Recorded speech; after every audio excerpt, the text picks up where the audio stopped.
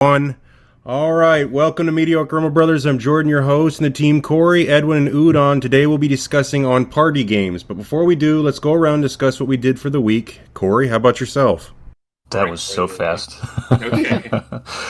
This week I was playing Stellar Blade. I finished the game and it was amazing. I think it was a really good game. It really surprised me for what it is, and it's kind of nice because it was like the boss design. It feels like a. I'm sorry. It's just I know you're just about movies and stuff with this, and I know you're talking about how good this game is. It's funny. Mm-hmm. You're selling it. You're really selling it, Corey. Boss fights, they really get that down. Crazy. Yeah. No, I'm trying. Like it's not a perfect game. Like there's some like weird finicky things with like platforming and stuff, but like overall, like as you get skills, and the way that the new game plus works is they add more skills to the skill tree. Into the void. So there's even more things to like a rinse repeat of what. Huh? Into the void. So check your connection, like as you've already cut out like massively twice in the same sentence talking about Stellar Blade. No, well, damn it. The game's good. I would still give it like maybe like an 8.5. I mean, it's not perfect, but some of the platforming gets messy. There's a lot of times I died just from like missing jumps, but it was really fun. Now I can move on to Uden Chronicles that I got in the mail this week from backing the Kickstarter, and I haven't really jumped onto it because I've been playing the game of the month, and I got, I think, a little more than halfway through it just yesterday, which was nice because I kind of hit a stride in like a 4-hour session of it. So outside of that, just played a board game last night with Edwin and the wife and stuff, and that's kind of it. Edwin, you want to go now? I've literally done nothing but play Game of the Month and Cult of the Lamb. I'm almost done with Cult of the Lamb. I think I just hit the halfway point. Even though it's like 5 bosses, I can fight 2 bosses like back to back, because you can make progress on more than one if you have enough followers. So I can beat 2 bosses and then go to the last one. But I think other than that, sacrificing a bunch of followers and all that, I haven't played anything else besides those 2 things. Udon? Yeah, it's broken record, but yeah, mostly Game of the Month stuff. I did find a little bit of time to play some Cyberpunk because work Wednesday actually let me get home at a semi-decent time for once. And almost done completing all the gigs and the side jobs before I actually go and do the main quest. At that point, my character is probably just gonna either my build is broken or I'm just over leveled for everything. I'm only playing. It's not like I don't even remember if you selected a difficulty for Cyberpunk or not. You do. You do? Well, if it is, I typically default to talking or doing whatever the average, medium, whatever normal difficulty is, because I always think about that as like the difficulty that the developers intended you to play the game at. Because I hate choosing like hard difficulties in games, and all it does is just inflate like health values and stuff like arbitrarily. But regardless of that, still just my phone games, and then yeah, a little bit of Cyberpunk. But other than that, not a whole heck of a lot. I grabbed a couple new retro things at my yard sale the other day. Some weird fucking looking N64 game that I just picked up on a complete whim. What the fuck was it called? Have you played it yet? I haven't tested it. I didn't get time to because after that my friend came over and he finished Jujutsu Kaisen last night, which not gaming related, but I guess that's nerd related. Jujutsu Kaisen's kind of fucking mid. I mean, I think it's fine. I can see why people like it, I suppose. That ending was a lot of shit happening all at once. I mean, an ending isn't like ending for the season, not like the story, but the available story for that was like all over the place. They were trying to do a whole bunch of plot twists and get a lot of lore and stuff dumped on you all at once. So it was kind of a mess. But fight scenes were great. Animation's fantastic. But we're not here to talk about anime. Aiden Chronicles, the first mage, that was the N64 game, and then I picked up Tales of Symphonia on the GameCube, and then grabbed Lord of the Rings: The Two Towers on the PS2. Isn't the Tales of games the one you're always telling me that you like, Corey? Yeah, the Tales franchise is really good. I mean, I love the combat, and it's multiplayer, oddly enough. If you have other controllers in the port, somebody can play as one of the other characters when you're in combat. Oh, really? That's neat. I don't know if they carry that over like through all of them, but I know Tales of Symphonia has that on GameCube. Mm-hmm. And that one's really good. It's really funny too because Lloyd is also Robin from Teen Titans, the voice actor. So like when I was playing that was like the same time I was watching the show. So I was just like, oh, this is kind of weird. Yeah. I mean, as a rule of thumb, I was always just like, I don't think I've ever seen like a 2-disc GameCube game before, but I was always like, when it comes to retro games, if the game is on 2 discs, you're probably in for at least a semi-decent time. There's at least a lot of content. Yeah. I mean, that one's really good. There's some of the other ones that don't really hit as good on like the later consoles. Like there's some PS3 ones that aren't really that great, but Tales of Berseria is pretty good, and the newest one, Tales of Arise, is freaking awesome. Mm-hmm. Yeah, I tried playing Tales of Berseria for a little bit. Again, I just saw the main character. I'm like, I'm in. I don't know what the context is. I'm in. Yeah. But yeah, it's kind of rambling now. But yeah, that's about all I did this week, gaming related. Jordan, you get anything done?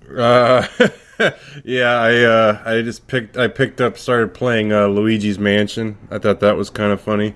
I was just looking at the game myself, and I just like, you know what, I'll just give it a shot. It was actually one of those games that I just kind of like questioned at first. I don't know. I was never really big into the Mario franchise deal as much. I mean, not saying it specifically, but you know, like I play Mario Party, of course, I play Super Smash Brothers and all that stuff, but just like the specifics and just the actual game of Mario, I was just like, and then obviously Luigi being the brother, I was just, I don't know, I didn't kind of think much of it, because it was just like, yeah, he's scared, he's in a mansion, you're going to go catch ghosts. I was like, I'm not sure I'm going to be feeling that, but I was like, you know what, I'll just take a chance, and I like it. I've actually been playing it quite a bit.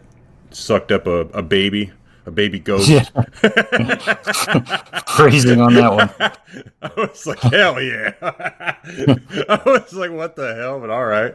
The boss is a giant baby. And I was like, okay, this is crazy, but I'll make of it, and just started playing that. And I was actually thinking about probably picking up playing Wild Arms, but I haven't gotten to that point yet.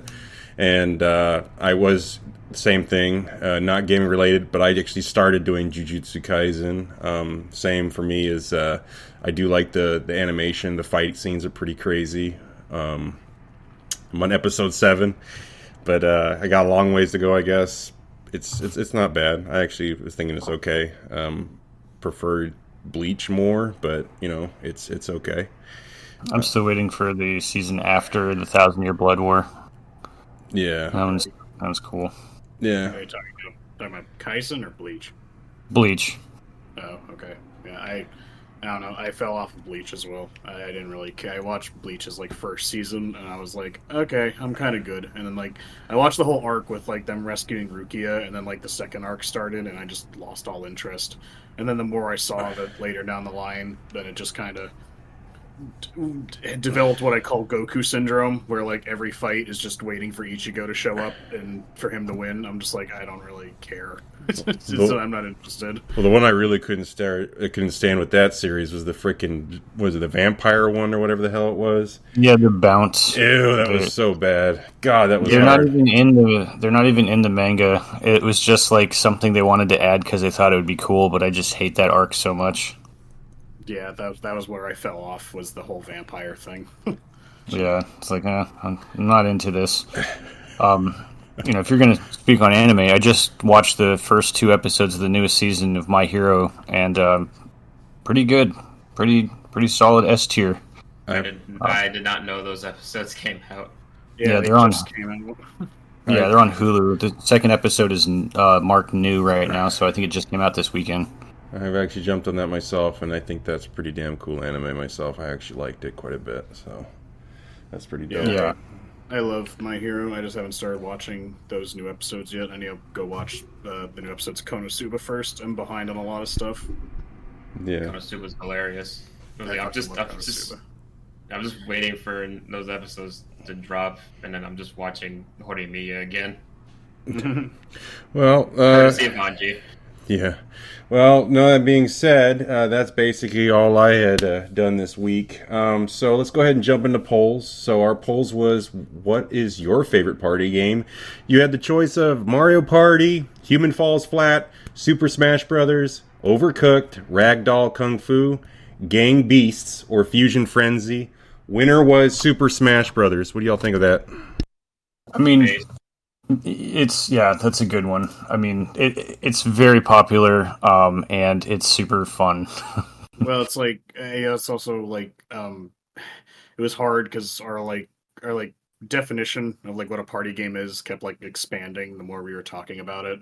Because like at least in my mind, a party game is like a game that is indefinitely designed around the sole purpose is that you're supposed to play this with other people, like again, ideally in the same room, like and who's like the value of which is completely almost like dedicated to it almost like playing it single player isn't really supposed to be like preferable. You want to play with other people, and we've said before, like any game's good with playing it with friends, even if it's like a single player game and you have a bunch of friends in the room sitting around watching you play it.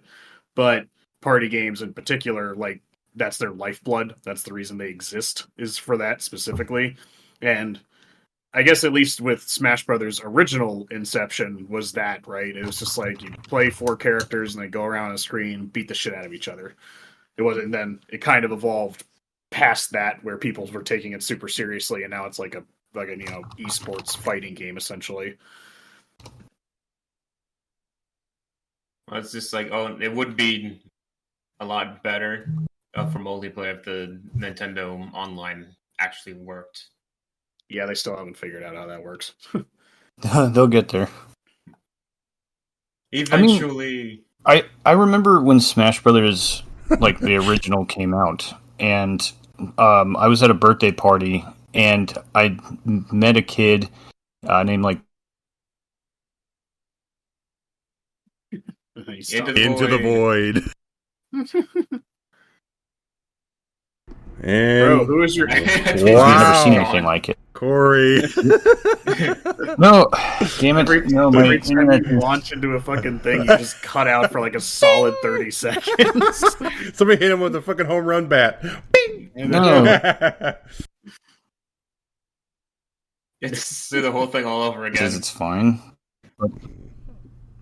Oh, no, so I was saying, I remember when Smash Brothers had first came out because I met a kid named Billy, and we were at a birthday party, and we played that game until 8 a.m. the next day. Like everybody out, and we just kept playing it, and it was just so much fun. Mm-hmm. Did I cut out again? I mean, a little bit. I heard most of it that time. I heard fun. Yeah, I heard. Yeah. My connection's pretty. I mean, it's 38 down and 23 up. So hopefully that is fine later.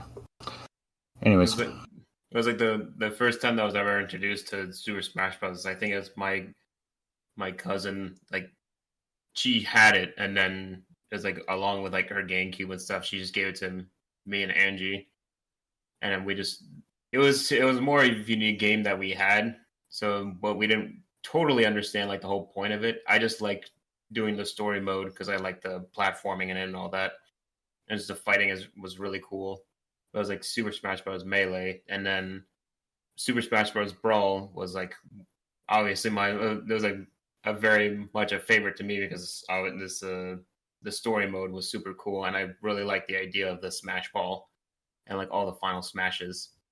And then really just Ultimate is just amalgamation of all that. Yeah. I do miss like the target practice and all that from Melee. I wish they had that back. There's a reason. Well, that's a reason. Probably, Melee's the most fondly remembered game of the series. I mean, I never really started playing Smash Brothers, at least semi-seriously, until the 3DS slash Wii U version, Smash 3, 4, whatever the fuck people call it. I completely But, forget that exists. I don't, because I liked it. I played the shit out of it. I mean, the fact that they made it work on the 3DS and made it work well was like super awesome. So I played the shit out of it. Man, but, school like, was nuts. Yeah. Everybody had it on their DSs all the time. Yeah. I mean, who wouldn't? It's Smash Brothers Portable, and they made it work really well on the 3DS. Like, it was crazy how well that game worked. At least to me. But, I mean, at that time that, Smash Brothers started losing its, like, party game value, I suppose, because it's like, to me, a party game is, like, something where more or less everyone's on an even playing ground, usually due to, like, randomness of how a board game works, lots of dice rolls, lots of random elements you technically really don't have control over. So like being good at it, quote unquote, is like limits your ability to like kick everyone's ass, where it's like I still play Smash Brothers as, this is just, me humble bragging, but it's just like, this is like, I still play Smash Brothers and I like playing it with friends, but it's like when I play it with friends, I have to purposely dumb down how I play, or else I'm just going to kick everyone's ass constantly and no one's ever going to win except for me. Or at least it's just how it is with my friend group. And it's not like Mario Party where it's just like I'm going to be, I'm going to be limited by how good my dice rolls are that I have no advantage over, or what spaces I land on, and how much Bowser wants to ruin my day. He's coming to fuck with you. Is it a current issue? No, not at all. Oh man. Well, Oh no, go for it. I was gonna say, like, for me, the beginning of how it all started for me with the Super Smash Brothers was the N64, of course. I still remember when they started, in elementary school. That was for me. I got the game, brought it to the house, apartment at the time. And it was funny because back then it was just, there was none of that Wi-Fi, none of this internet stuff. So it was more of who you knew to be able to get down to play with each other. And I was fortunate actually able to get the N64 with 4 controllers, and it was funny to me because I was just be like, I'd go to school and be like, hey guys, I just got the Super Smash Brothers. Oh, what is that? What's it about? So I'd be like, okay, come on over, bring one friend, and then at the end of it, I ended up being 3 more, or 2 more. It'd be funny because I'd be like, okay, this is my friend. I don't even know who the hell he is, but we need 4 players. So get your ass over here. Let's go play some games. And you got some random, some like a 35-year-old man. You fucking stick your head out of the fucking front of your house, and you see some guy walking down the street. And you're like, hey, you play Smash Brothers? Get in here. We need a 4th guy. Grab the fucking sticks. Let's go.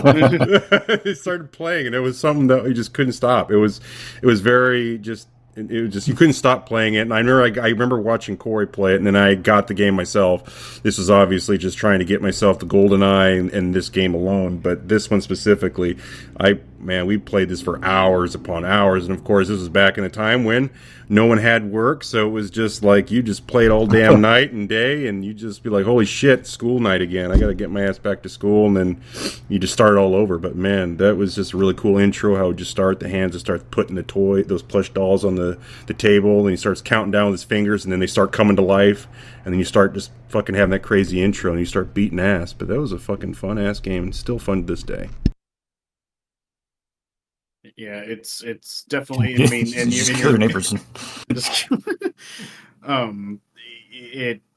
funny because I have a lot of fond memories playing Melee on the GameCube, because I played that a lot more than like the original 64 version, and everyone probably had this where it's just like you can mix everything up doing crazy shit. It's like, all right, instead of beating each other up, we're gonna put turn everything off except for Pokeballs, and we're just gonna throw Pokemon at each other and try and beat each other with that. Yep. Just do something stupid and spawn all hammers or something like that, or do the thing where it's like stock or time. That was so fun. Like there were so many settings you could fuck around with that you and your friends could make all these different fun game modes that you like doing that you don't really get tired of. And like I said, that's the party mode of it. Yeah, guns only. Like everyone uses the fucking super scope or the ray gun and shit like that. It's 300% in Fox the got super one. scope. Fox has got a gun. Anyway, as you're a kid, you're like, he has a gun, that's great, and all it does is do 1% damage every time you hit someone with it. Pew, But you pew, think it's pew. cool because it's a gun. Yeah, I still consider it a party game because again, you can. I mean, hell, with the fucking what was it? I believe it was with the Smash 4, the Wii U, and the 3DS one. Is that you could? That's when they introduced like 8-player Smash, wasn't it? Like you could have a ton of people on the same console at once playing Smash Brothers. It was crazy. Oh yeah, That was it's still a a core nightmare. concept with Smash Brothers, despite it evolving into something people take a lot more seriously nowadays. But I feel like the most common people still treat it as what it's supposed to be, and just a fun little, fighting game. Yeah, Just turn all the items on, let chaos ensue. I can't remember which was the bigger change of character roster. Was it from N64 to Melee, or is it Melee to the Ultimate Super Smash Brothers? Because I know that N64 didn't have much, and I know Melee was a big jump. Like there was tons of characters added after that point. Well, it was a big jump, and Melee's nothing compared to Ultimate, because Ultimate is everything those guys True. were and more. True. Yeah, it was just more and more as they kept going. Because the whole gimmick of Ultimate was the fact that every single character that had appeared in a Smash Brothers game up to that point was in that game, plus all the new characters that came with DLC. So the Ultimate had by far the largest roster. So. Did any of you guys play the home run bat deal with the sandbag? Oh yeah, the home run contest thing. Yeah. Yeah. I was trying to fucking do it all the time. I think it was like Ganondorf that I was getting the most out of, or Yoshi. It was one of those two that was like able to get quite a bit of distance. But that was the one that I remember that was playing at Corey's house all the time. He would be trying to get characters, and I just keep doing the fucking home run bat challenge every time. Like I'm gonna beat this shit, but no, you can't. Well, that's as I just we said, spent hours on that. I said party games don't have a lot of value outside of being multiplayer, where Smash Brothers is kind of the anomaly. There's tons of single player content to do in that game. You don't have to have friends to do it. Again, it's not like the titular party game, Mario Party is the first thing most people think of when you're going to think of a party game, something that's like resembles of a board game with a bunch of mini games where skill, quote unquote, really isn't that important,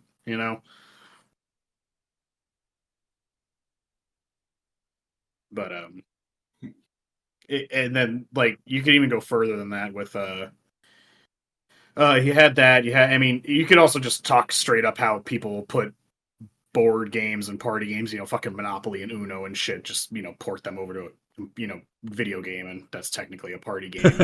Yeah. As we were talking about it, what I found interesting when we were talking about it offline was that we were talking about the newer games, kind of like Among Us and Lethal Company and whatever that fucking new one is, that where you're like a fucking trying to make scary videos or something. It's kind of like Lethal Company, but it's like a new age kind of party game. It's the concept is similar. Like the whole point is to get your buddies together with real people to play this with pretty straight cut rules, but just how how they're played, they ride or die on the multiplayer. Because I'm sure there's people who do it, but I can't ever imagine like the vast majority of people playing Lethal Company and enjoying it without people to play it with, like playing it single player. Just sounds like a practice and self harm.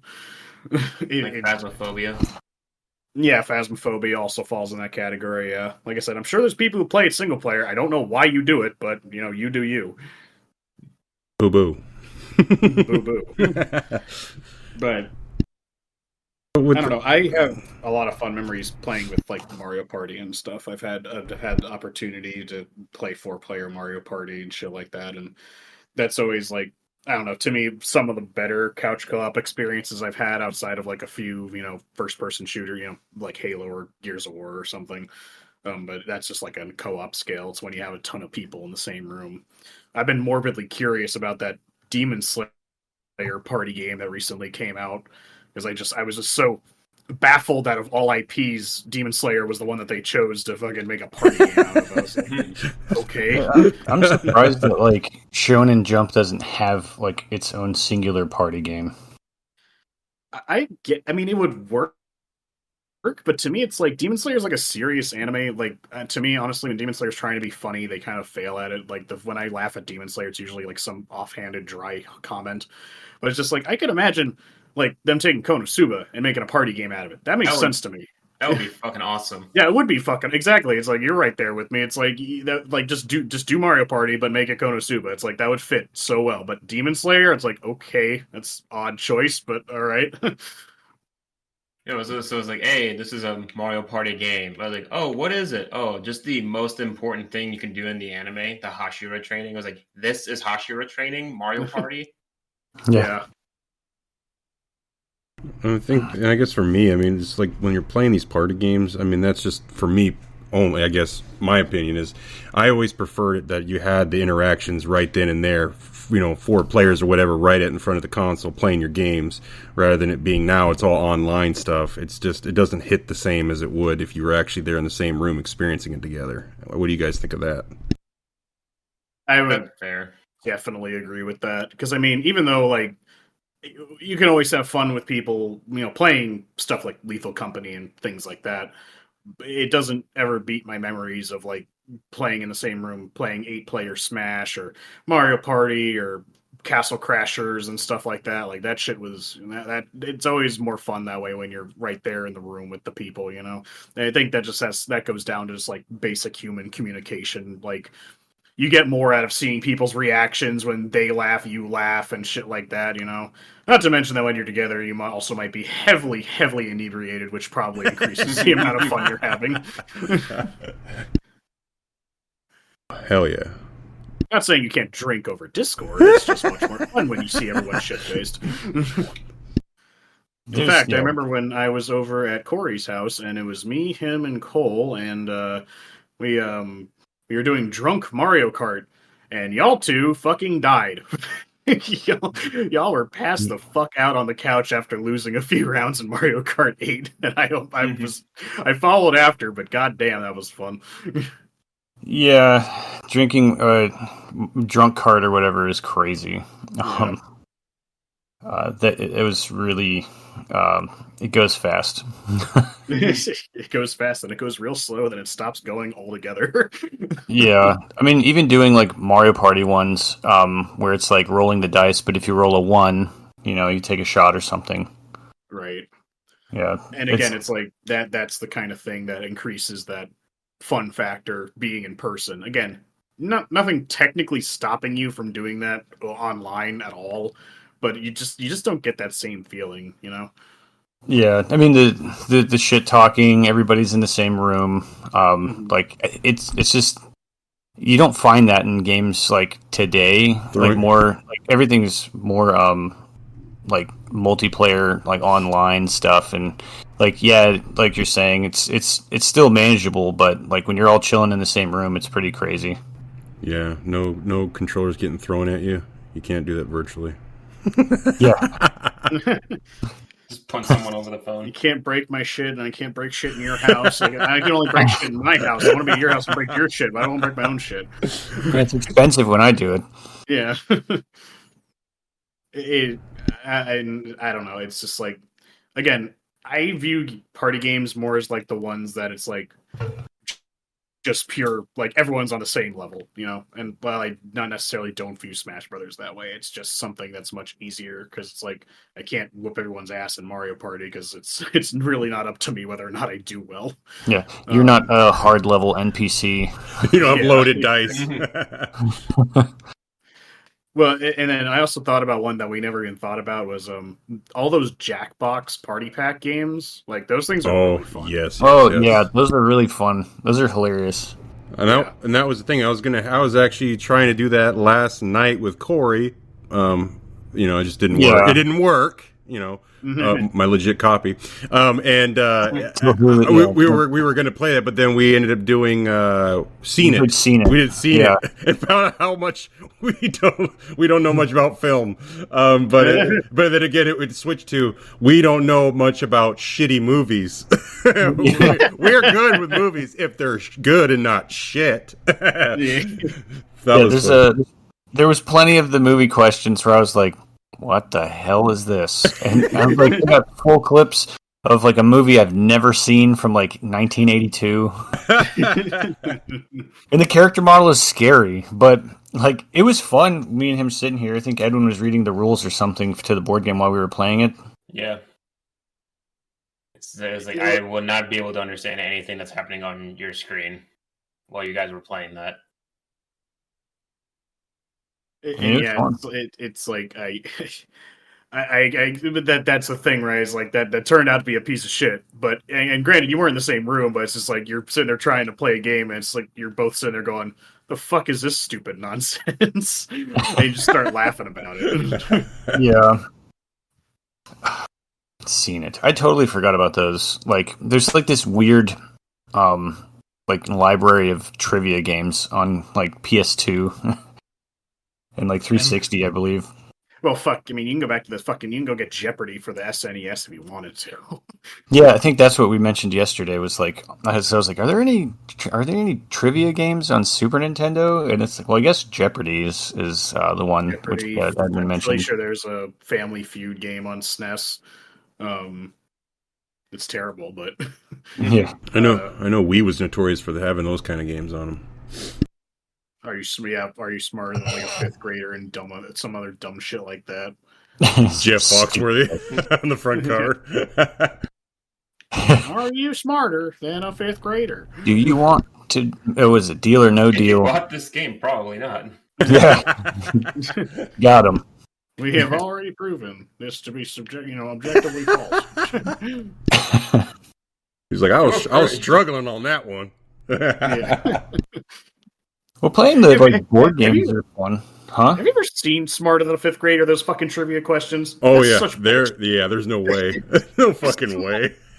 You don't fucking learn that fifth grade. You're lying to me. Yeah. These are loaded questions. I did not know this shit. It's like, are you smarter than a fifth grader? All right, we're going to do, science. It's like, all right, what's the question? It's like, what's the circumference of the sun on the 12th of July back in 1795? It's like, I don't fucking know. Duh. Kid stops. That's an easy one. Yeah. It's like that was a trick question. That's a 7th grade question. Yeah, it's a 7th grade question. I learned that last year. What school do you go to? Oh God. Man. The game show games, or not game show games, but like the board games, like Monopoly, like those. I would only play those with friends too, because like some people buy them just to play it themselves, and it's just like, how is that fun? Exactly. I'm just like, how is that fun? I mean, right now, just to get in the mood, I have Mario Party 5 going, and I'm playing, and I'm like, this is boring without other people. Well, I can't just rub it in your face that I just got like a star and I just ate, made you eat shit at the catching ice cream minigame. Bro. And it's just like the CPUs fucking don't fucking get salty when you beat them. That's no fun. I got you, Wario. He's like, deleting program. Yeah. Oh no. Virus. No. It makes me think of like the show Reboot, and it's like I'm beating them. It's like they're gonna die if I win.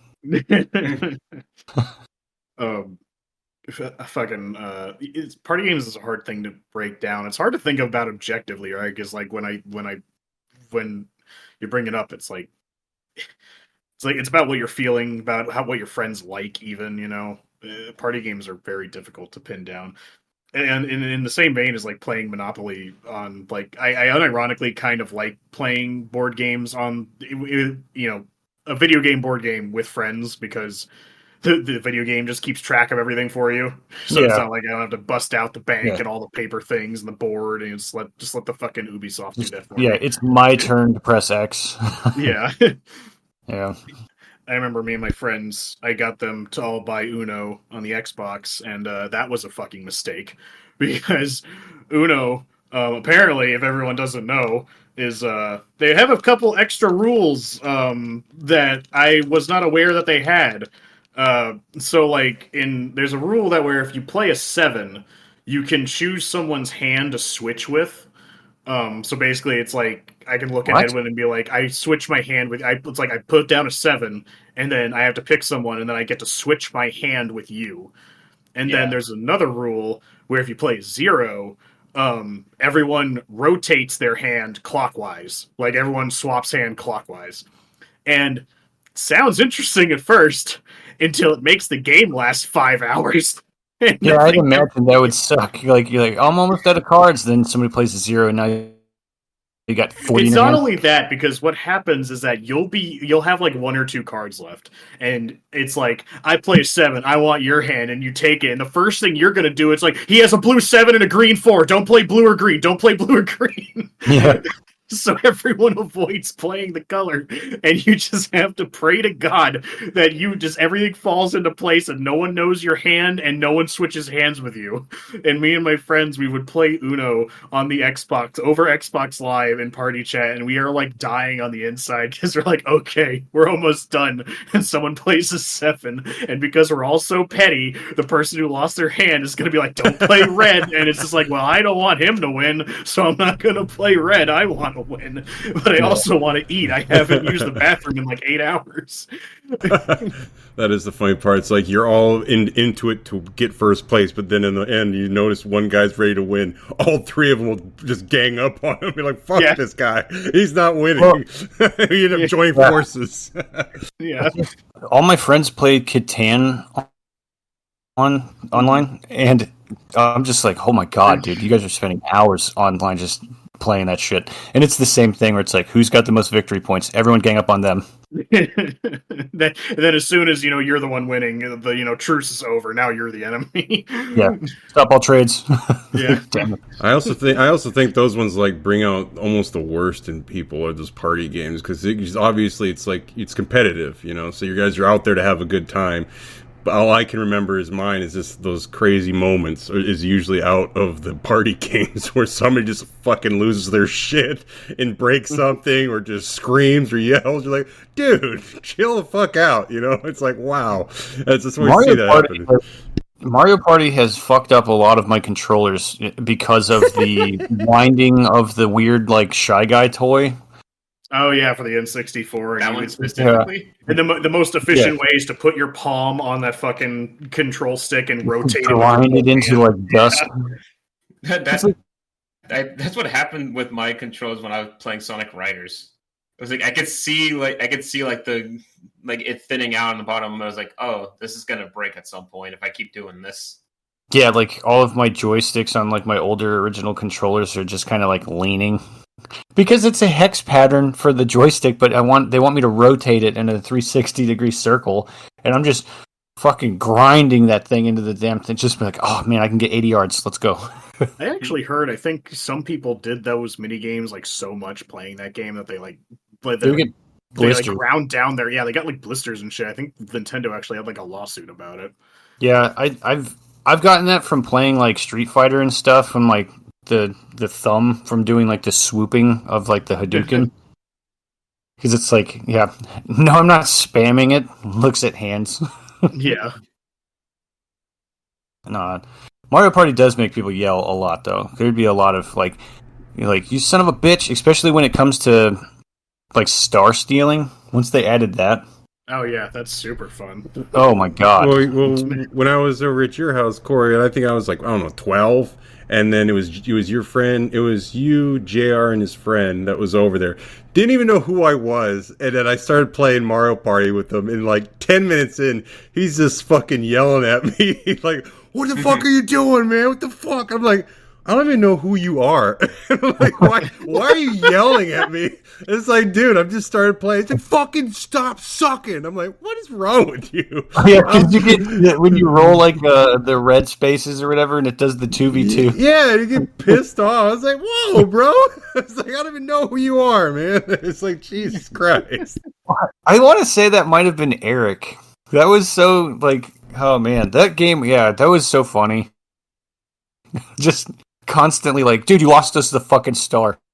It's like, I don't know what's going on. I'm never 12 played this before. Aren't you perfect?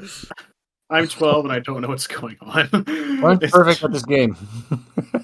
Yeah, and you think about it, but that's a great memory. It's like, even though it's funny, you bring it up and you're all laughing, right? Yeah. It's just like all because the video game brought it up, despite people getting salty. But again, that's the fun part. That's what makes the memory. This is the human reactions, the funness of that, as real of a word that is. Yeah. I think. Okay, go ahead. I was gonna say, like, I think like Mario Party, like, even though it is in the name, like, so it's kind of an obvious statement, but they really nailed that like that game type. I mean, there's Fall Guys and all these newer ones, and like Lethal Company and Backrooms, which are like in Phasmophobia. Those are like objective driven, like long format, like gameplay. But like it's like a new age kind of party game. Yeah. I don't know how to describe it. Like I like the roll the dice aspect and like playing the mini games, and there's a lot of them. And honestly, I'm really surprised that there hasn't been like an indie game about it. But I feel like people are really finicky too when it comes to buying party games because there's so many bad ones. Oh yeah. Well, I feel like Mario Party overshadows even the ones that are like, fine. Because remember, I brought up that Fortune Street game that's like a kind of a pseudo, not really Mario Party, but a Monopoly-ish game. But that literally had Mario and Dragon Quest characters in it, and I think it was for like the Wii or something. And you didn't even know about it. And I always thought this game was kind of cool, or something like a little more involved, like Dokapon Kingdom, which I know people like a lot, which is essentially a party board game RPG hybrid, horrible monstrosity, whatever the fuck it is. But I actually play this. There's another party game ish I have on my Steam account called 100% Orange Juice that I think is pretty niche. It's just this cute little. That sounds like a rap song. 100% orange juice. I don't know what it's referencing. I have no idea what it is. I bought it because it was like $3 and it's pretty entertaining. Worth all 100% of that orange juice. Corey's looking. He's like, that's all he needs to know. I have to know this. Yeah, I just have to find the source. It kind of looks like a DS game. 100% juice for 100% kid. 100% orange juice, please. Not just juice, orange juice. Yeah, it looks like Disgaea. Kind of. Like that style of character. I don't know if these characters are original or they're like from different IPs. It's just a little chibi anime board game looking thing. I don't know. I like it. It's fun. There's a lot of UI. Leave me alone. Man. Yeah, no, the party genre, it's like, because Mario Party does such a good job at like, this is the roadmap for what you should make, and then people go like, we're going to deviate a little bit. It's like, don't do that. Yeah. Because like, and sometimes it's just like imitation, right? Because Animal Crossing made one. That was absolute shit. I was kind of happy about. I was like, "Oh man, I'm gonna get the Animal Crossing one because that'll be kind of neat." I would imagine their mini games are funny, like create a wallpaper or fishing and who catches the biggest fish. And then I played it and was like, "What the fuck is this?" And you're like, "What if?" They were like, "What if you played Monopoly, but every space was a chance square?" Yeah, what if you played a board game where you don't do anything except for roll dice? Everybody wins. No one feels we just bad move here. space to space, and then it's over. And didn't they do a really annoying thing where, like, every time you had to roll your dice, you had to tap the fucking amiibo to the thing or whatever? There was something, yeah, because it was I think it's called Amiibo Festival, and it came with like a pack of cards, and they were trying to use that to like sell Amiibo card packs. And it's like, trust me, the more money you spend, the more fun it is. And it's like, no, it's not. I do not want this. Well, they had to repurpose. They made so many of those cards. I feel like they had to repurpose them for the next Animal Crossing game because no one wanted them until they had a use in New Horizons rather than Amiibo Festival. Yeah, because it was like, the only other thing was like you buy turnips. And I'm just like, there wasn't even mini games. And I was trying to figure out when you get to them, and there was like some sort of weird, you have to unlock the games as you do all of this other stuff. And it's like, you put the fun behind something? Why would you do that? I think it was funny, because I think if I recall correctly, you bought Amiibo Festival, and when you bought the game, like, new, it came with, like, Isabelle and Digby Amiibos, the two dogs from New Leaf, and you hated it so much that you brought the game and the Amiibos to GameStop. And at the time, I was super into collecting Amiibos, but the only ones I was like hardcore on was the Smash Brothers ones. But I went into GameStop like unknowingly, like very soon after you had left, and I bought your Isabelle Amiibo off the wall after you had traded it in like that same day. Because I was like, oh man, sweet, I can get the Isabelle Amiibo, and I don't have to pay for this shitty game. Yeah. The games included with that. Do not put that in my cart. Do not put that in anywhere near me, please. Yeah, God, that one was so fucking bad. It was super weird because it's just like it was like it's a monopoly because it had the like the stock market with like the turnips and stuff. Yeah. So like you had to like for the spaces that you land on, it increases or decreases, or like you gain or lose turnips. But then there's also like parts. I think I won on that one specifically because the very last space that I landed on gave me like 75,000 bells for like a card like table that I supposedly sold to a villager in the board game, and then that's the only reason why I won. So it's just like some weird bullshit like that. I was like, cool. I went from third to first just because of that. Yeah. That was like way long ago. Don't do what that one does. But then we can also talk about when Mario Party fucks up because they decided it's like, it'd be fun instead of everyone just doing their own thing around the game board. What if it was a straight line and everyone was in the same fucking car? Yeah, I don't understand like that entire like approval. I don't know how anybody would have approved that because it's not fun. The point of Mario Party was to take different paths to try to get to stars faster than other people, and like paying the thwomp or whatever to let you through so the other guy gets stuck, and like it was a more interactive like traveling experience. And then they're like, everybody get in the car. We're going on a road trip. We're driving to the star together, and like whoever has enough money gets to buy one. Well, it wasn't about the stars, wasn't it? It was about like collecting those fucking mini stars was like the point. Yeah. Which Mario Party was this? Wasn't it? It was on the Wii U, wasn't it? Yeah. Because I think Mario Party 8 was like the last one. That was on the Wii. Because I think it was Mario Party 10 is the one with the car. No, Mario Party 9 and 10. Mario Party 8 was the last one that had everyone apart, and me and Anji played that so much because it was so much fun. Mario Party 8 also lets you have 2 people per controller or something like that.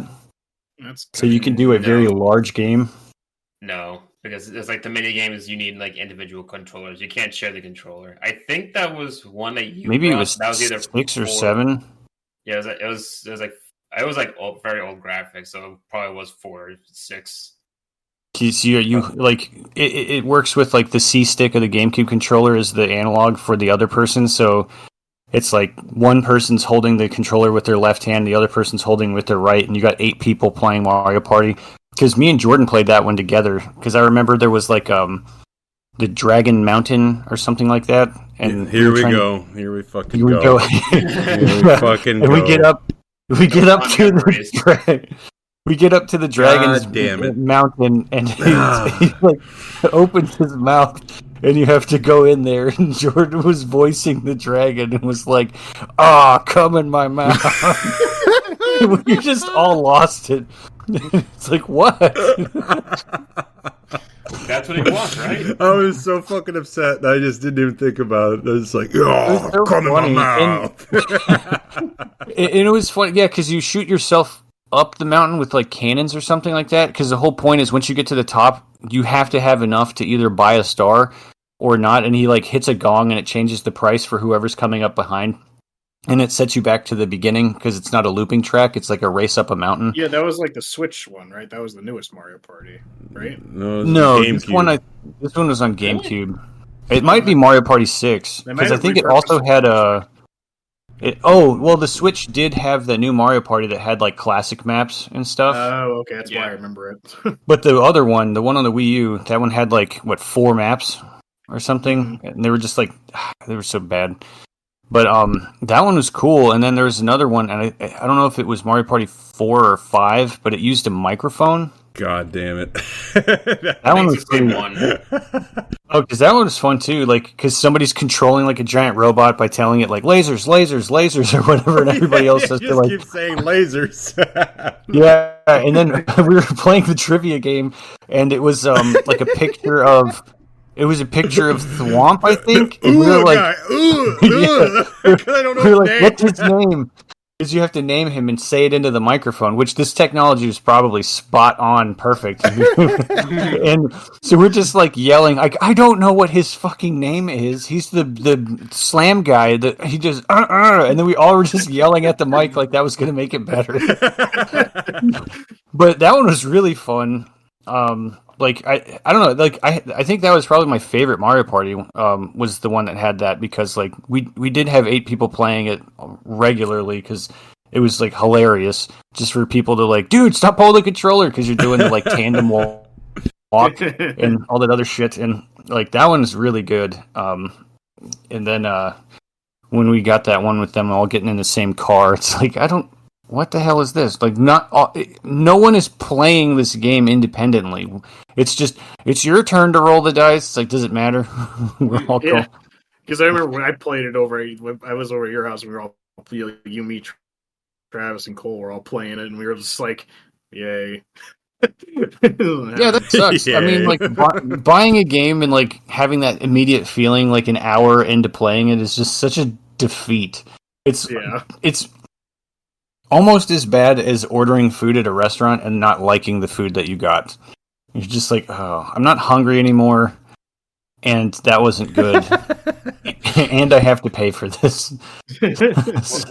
Wasn't like the only good thing about 9 and 10 was like the Bowser mode where someone with the gamepad plays as Bowser, and then that was a little fun. Yeah, but like the person who, well, it's funny because like the only person who was having fun was the one playing Bowser, so everyone wanted to play Bowser. Yeah, this is still cool, guys. Not for you though. Not for you. Just yeah, God. But it's like, come on, Mario Party. Like they had so many cool mini games. Like even on the original, like they had like the tracing, chisel thing, the ball, the slot cars. Yeah, the chisel thing was so fucking hard on the N64 remote. Oh god, just trying to do that with your thumb. You're like, no, I'm fucking up his nose. The fire jump rope that just gets like insanely fast if you're like really good at it. But I like those micro games. It surprises me there isn't like an indie game that's doing it, because it's just like there's so many little like experimental games in that game itself, and it's like, how did they come up with like 50 mini games? And it's just like, yeah, we're building a cake, or like push the clock to be the right time, or whatever stupid shit. And like, what is it? Like the slide puzzle one where you slam down on tiles to flip them to make the picture. Yeah. The mini games are a strange beast because it's like what even makes them fun? It's like, I don't know, the amount of interactivity, I don't know, like the originality, because like, well, it's not necessarily a party game in terms of like what it was originally. I think I like have more time clocked in playing mini games on like Pokemon Stadium than like playing what Pokemon Stadium. That's hilarious. I literally was about to bring that up myself. Was the fucking Pokemon Stadium mini games? Just literally about to do that. Yeah, because it's like, do you want to do the battle simulator? I'm like, nah, I won't be Lickitung. I want to go eat sushi. Not the spicy one. Yeah. Don't go. You want to eat wasabi. I want to memorize Clefairy's stupid instructions. Yeah, and it's like, I mean, on the first Stadium, there was like only a handful of games, and they got like probably, I think, like double that on Stadium 2. But like, you would just sit there and just randomize the game. It's like, all right, you got to play the fucking Race and Rattata game for the 8th time in a row. It's like, let's fucking do it. You would just play that more. It's like there's not even like a board game attached to it. It's just like who gets the most points, who wins the most mini games. It's just a small handful of games. Or you play the fucking one where you're like Scyther and Pinsir and they drop a log and you have to cut it right at the line. Yeah. It's like, son of a bitch, so close. I want to fucking try again. Or the one like your bounce. Jump. Yep, the Magikarp jump one, the Hypno making you trying to fall asleep. You're like trying to make whoever falls asleep by bouncing the thing back and forth. You're trying to make sure who gets the fucking whatever the hell it is bouncing around before they fall asleep. Shit, remember that one? That was annoying because I always fucking could not time it right, so it always knocked my ass out every time. It's like I never could get good at that one. Yeah, it's just fun, like when you have the mini games that directly like. Because there's some where you're all independently doing something, but if it's like any that where you can like pushing each other off of something, then it gets like really funny. And like there's plenty of like the toss the bomb on in Mario Party where it's like hot potato, and you're just holding it, and you're like, dude, throw it. He's like, no, not yet. You're like, you're gonna freaking kill me. It's like, yep. Yeah, I sure am. Well, let's go back to people being salty with Jordan saying he was having your friends yell at him. It's like you're playing Mario Party and you land on the space and it's like, all right, I'll steal some coins or a star. And then now you have to look at the rest of the people in the room and be like, which one of you do I like the least? Like, which one of you do I want to come out with a damaged relationship with the most? Yeah, they all come up with some bullshit telling you how fucking good of a friend they are. And you're like, come on, man, we've been friends for years. Don't fucking do it, I'm man. not even winning. I'm not even winning. Yeah, like, I'm not even winning. What are you especially after I steal your star, Mason. Then your friend will take it personally, and then everyone hates everyone else. For the rest of damn it, man! Like this was life changing. It's like I would have got hired if I won that game of Mario Party, but you beat me, and now I'm homeless. And then Mario Party started doing that, like, what is it? The bonus stars at the end, where it was like whoever got the most coins, who landed on the most red spaces. Those were always like right at the end. You're like, oh, I did it. I beat you guys. I got 2 more stars. And someone's like, oh yeah. And then they come out of nowhere and get like I won the most mini games and I got killed by Bowser the most. And here comes my 3rd one by using more items than anyone else. I win. You're like, that's so bullshit. Yeah. Also, I've never seen a game take so long for 10 turns. Right. It's like you're playing it. You're like, how many turns has it been? Like 3. You're like, God, it's been an hour. What are we doing? Yeah, I just finished a 20-turn game of Mario Party 5, and each turn consists of everyone has to roll, you have to watch them move, and then you have to either use a capsule or not, and then you get the coins at the end, and then you rinse repeat that for 4 characters. Then at the end of all, not to mention any like special events that take place depending on whatever space you talking to somebody or item shop, getting fucked by Bowser. Yeah, getting fucked by Bowser, and then doing the mini game at the end, just doing the mini game, distributing the coins after the mini game, and now it's the next turn. Also practicing the mini game. Yeah, when someone was like, "I want to read the controls. What are the controls?" and it's like, there's only 2 buttons that this game uses, and it's move and A. I fucking hate that shit. I would just be like, "Nah, we're going in raw. Start. I don't even know the controls. Let's go." Yes, we'll figure this out. If you lose this time, you'll know what happens for next time. Eventually, you'll see all the mini games and lose all the time, and I win. Or like this, what is it? 3v1. Those are always funny. Where it's either like you're either getting absolutely punished by the 3 that are just laughing while they're murdering you, or you're like the giant robot that's killing all 3 of them, and they're like, "Oh, this sucks." Because was it the bowling one where like there's 3 people are pins and the other person's throwing the ball? Yeah. Or spinning the giant wheel that everybody's running on left to right, and you're trying to knock everybody off of the thing. He also kind of like lost some of the charm to Mario Party, because I remember the ones in the 64. It was kind of neat because like if you played on like the cowboy stage, everyone would have like a cowboy hat on and have like a little pistol holster. Or something. Oh yeah, they did skins for like the board map. Yeah, that was fun. They never did that after those, and I just thought that was kind of sad. Yeah. Those are fun. I think that was Mario Party 3. Is like the one where he has like the cowboy hat. The Mario Party 3 is so good, and it's not like it's terrible. Like the controls are not hard because it's simple. It's just move and jump, and then the graphics alone, though they, I guess you could say, age poorly, but they aren't like super busy in that 3D style, so everything is still recognizable because it's basically just big shapes that are in a color, so it's easy to pick that game up and just fully understand what's going on. Yeah. And like, it's kind of a shame because I look at these, again, I feel like we say this a lot, but it's like, I prefer retro games to modern games, but I don't even feel like the Mario Party they put on the Switch was necessarily bad. I just feel like they dropped the ball in terms of like post-launch support. Like if they had treated that game like the same way they fucking treated Mario Kart 8. Oh like, yeah. When the Switch one came out, I was like, oh man, this thing is ripe for some DLC. You know, it's like just bringing all the old maps, bringing new boards, new characters, new mini games. God, it'd be so fucking easy. But no. If it was an Ubisoft game, that's exactly what the fuck would have happened.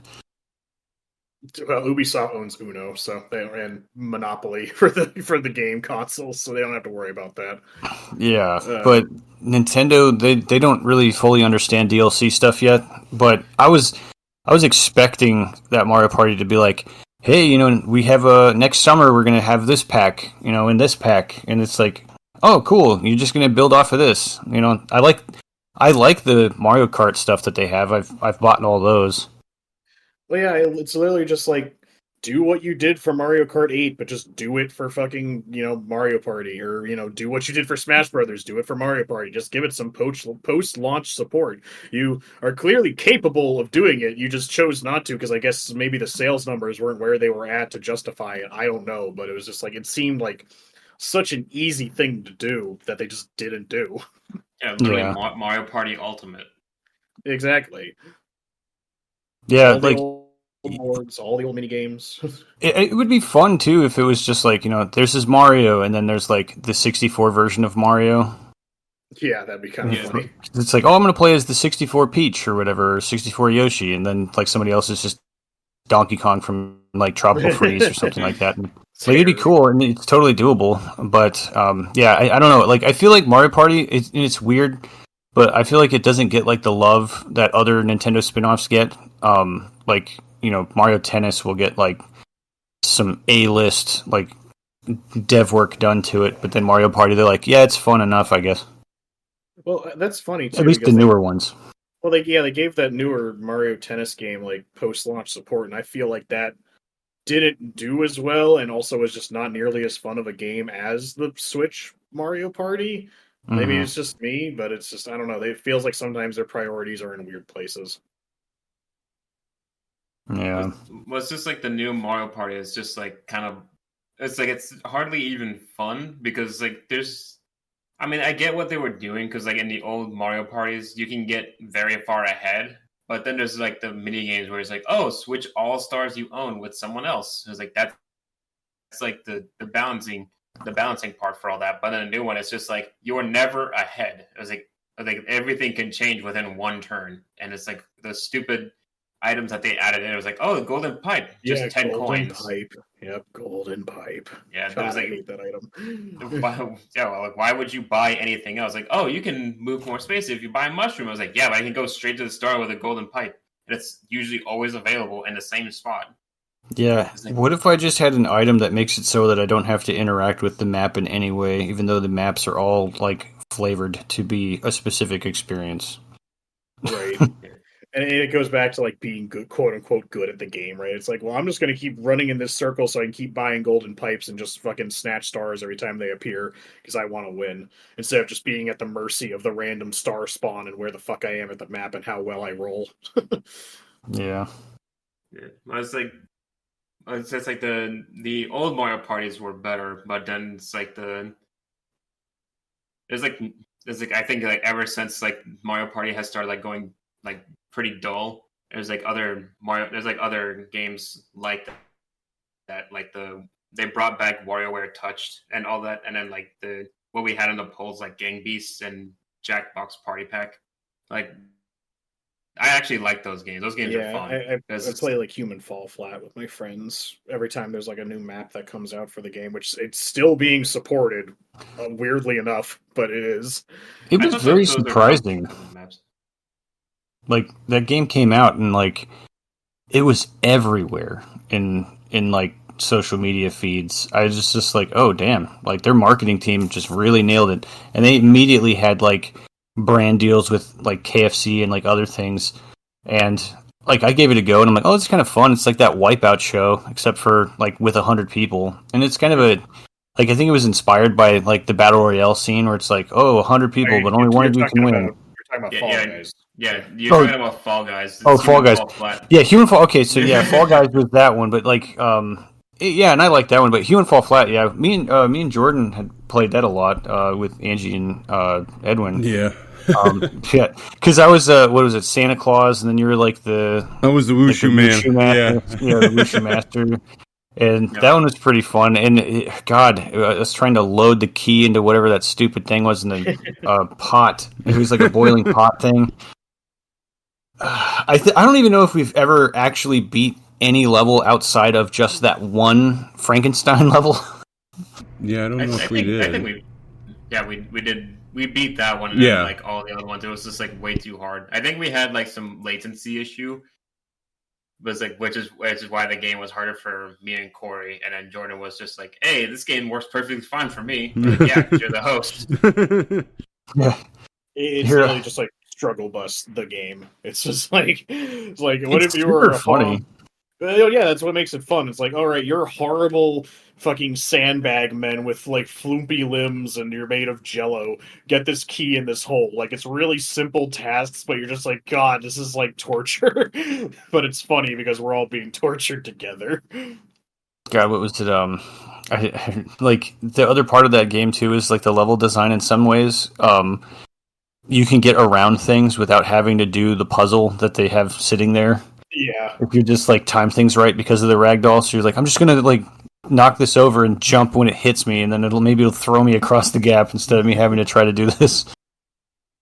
And just watching somebody else do it, like from your point, or like just an outside point of view, it's so funny because you're like, oh damn, they just launched themselves across the map and missed. Yeah. Again, it's like this weird, because like party games of the past like try to emulate either game shows or board games, but now like the new age-ish party games are just like, here's an objective and how you get there is kind of hilarious, I guess, and it's just like, have fun. There's an objective to accomplish, just go do it. It's usually like super difficult, like punishing, but that's also what makes it fun with friends because you can all laugh at each other, eating shit and dying. Yeah. There was a multiplayer game that me and Jordan played, and it has a cool concept, but once we got to like the chess puzzle, it was like pulling teeth. It was like both of us are in a castle. I don't remember what the game is called, but both of us are in a castle, but we have to guide each other through our walkie-talkies of like what we're doing. And so it's like, oh, I see a map, and then so I'm asking him like, what's around you, and then trying to guide him by looking at the map, and then he pulls a switch which opens the door and lets me go into another room, and then like that kind of stuff is really neat because it's like, forced communication and everything else. But then we got to a puzzle where it's like, I think your screen is frosting and you have to solve a chess puzzle before you freeze to death. And it was just like, yeah, this is very hard to describe what I'm seeing to you because I'm saying like, move the knight, like, and you're like, where? It's like, I don't know how to say this properly, but you also have like 10 seconds to fucking solve this puzzle. And yeah, but I like the concept of that style of play because it's like an escape room in a sense, and I really like doing escape rooms.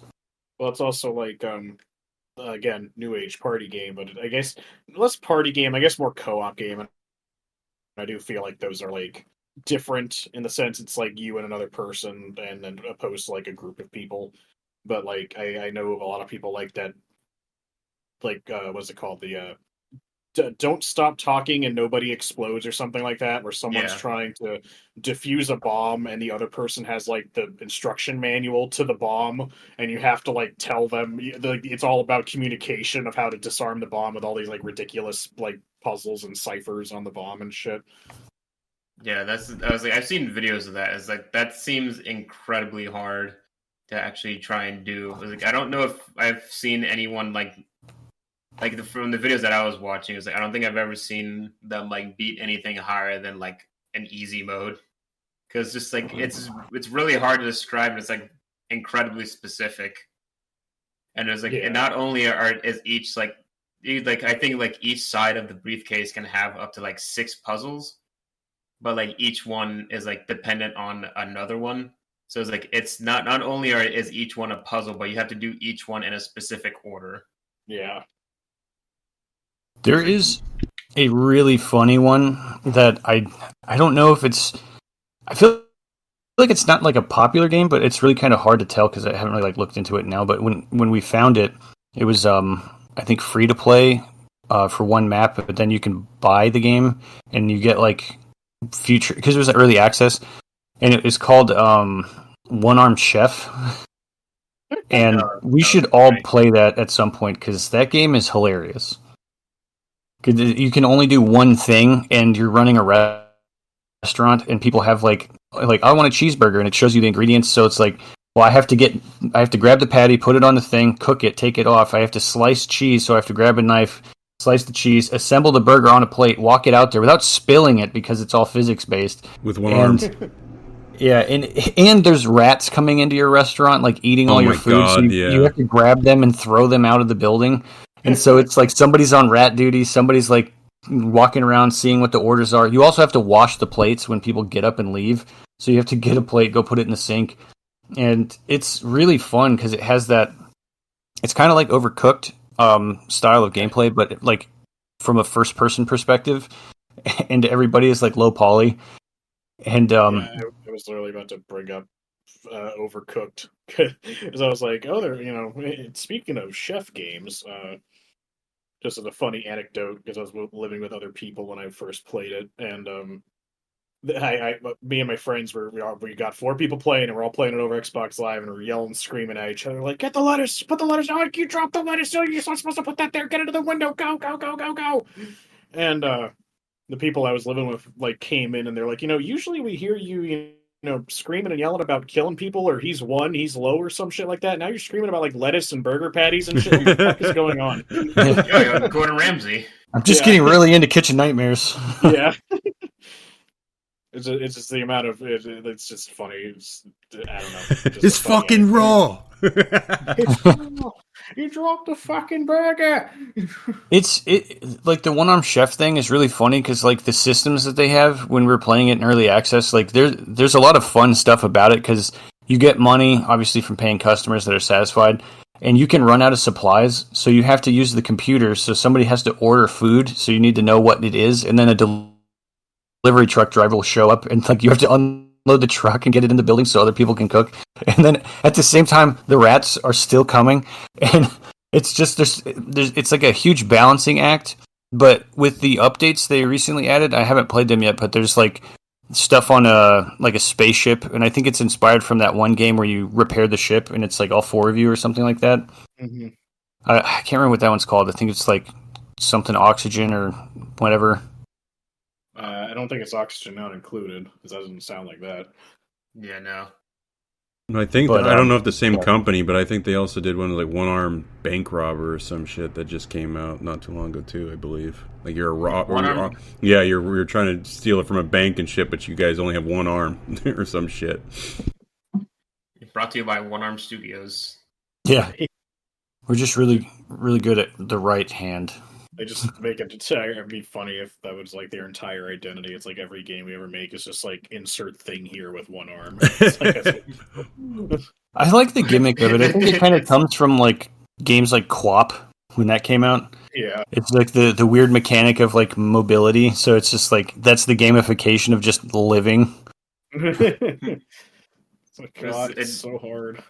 I was like, this isn't a video game. This is just our way of life. And then, like, the entire staff all only have one arm. That's how you get hired, is you have to give up one of your arms. It's like, yeah, forget Assassin's Creed. It's like, that's just a finger. But to work here, the whole arm.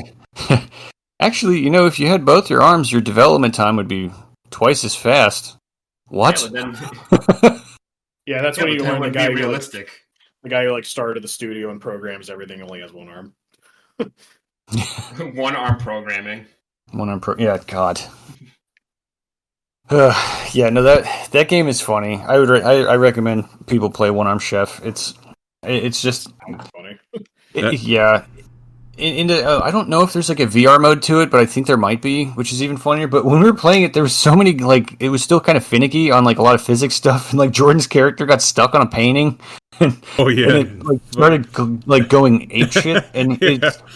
It was just swinging the painting around the kitchen, but he was hitting everything all over the restaurant. So it's like, I can't do anything because you keep hitting all the plates and burgers and shit all over the place. Well, that portrait was like stretching across the fucking, across the entire restaurant. It's like her glitching out. Like, what the fuck? And it started like getting longer and then fusing with the building. And I was like, what the hell? It was crazy shit. I just remember it because I was like setting plates, and then you're like, oh, what's going on? I turned my camera and there's just this painting flying around. It's like, oh God. Fucking Meanwhile, tables it's on like- fire. Oh yeah, and the kitchen can catch on fire, so you have to put it out. That's It's Yeah. like, yeah, it's like it's like it was like the like having only one arm to like run a restaurant is like the least of your worries. So it's just like it's like the everything getting on fire and you getting orders wrong, and then like for no reason at all, it's like the amount of rats you get is just absurd. It's like it could be like like 3 rats like every other minute, but then like sometimes it's just like like a fucking train of like 7 rats like going into your kitchen and then just like stealing all your stuff. It was like, it's in the freezer. Who cares? I'm gonna be able to steal that anyway. What you got in here?